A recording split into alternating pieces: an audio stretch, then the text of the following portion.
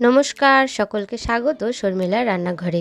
আশা করি আপনারা সবাই খুব ভালো আছেন, আমরাও খুব ভালো আছি। আর এতক্ষণে নিশ্চয়ই আপনারা টাইটেল পড়ে আর থাম্বনেল দেখে বুঝতে পেরেই গেছেন যে আজকে কোন রান্নার রেসিপি নিয়ে হাজির হয়েছি।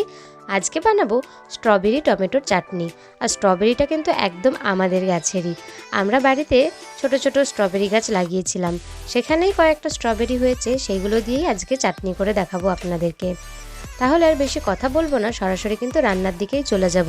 স্ট্রবেরিগুলো আগে ভালো করে তুলে নিই গাছের থেকে, তারপর ধুয়ে কেটে নিয়ে আসছি আপনাদের কাছে। এই ছোট স্ট্রবেরিটা একটু গোল মতন হয়েছে, আর বড়টা সুন্দর একটা শেপ দিয়েছে। আরও কয়েকটা তুলেছিলাম, সেগুলো আর দেখাইনি।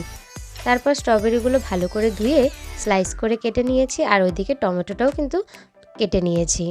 এইবার টমেটো আর স্ট্রবেরিটার একটা পেস্ট তৈরি করে নেব।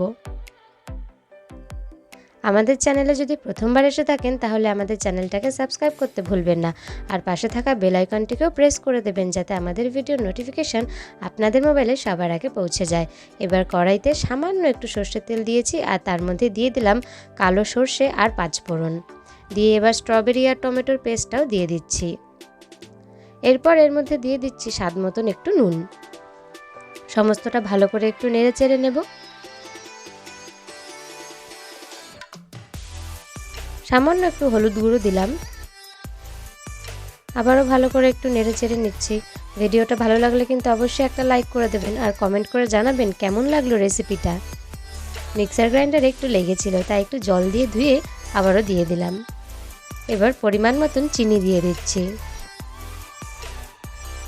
স্ট্রবেরি যেহেতু শীতপ্রধান এলাকার, মানে ওই যেখানকার ওয়েদারটা খুবই ঠান্ডা ঠান্ডা, সেখানে কিন্তু স্ট্রবেরি খুব ভালো হয় আর মিষ্টিও হয়।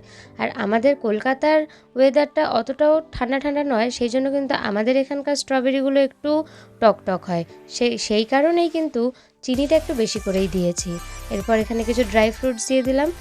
চাটনি কিন্তু প্রায় শেষের পথে। ওপর দিয়ে একটু পাঁচফোড়ন গুঁড়ো আর মৌরি গুঁড়ো ছড়িয়ে দিলেই তৈরি হয়ে যাবে স্ট্রবেরি টমেটোর চাটনি। আর রঙটাও কিন্তু অসাধারণ এসেছে। ভিডিওটা ভালো লাগলে অবশ্যই একটা লাইক করে দেবেন, আর কমেন্ট করে জানাবেন রেসিপিটা আপনাদের কেমন লাগলো। যদি ভিডিওটা ফেসবুক পেজ থেকে দেখে থাকেন তাহলে আমাদের পেজটিকে ফলো করতে কিন্তু ভুলবেন না। আবারও চলে আসবো অন্য আরেকটা রেসিপি নিয়ে। আজকের জন্য টাটা। ধন্যবাদ সকলকে ভিডিওটি দেখার জন্য।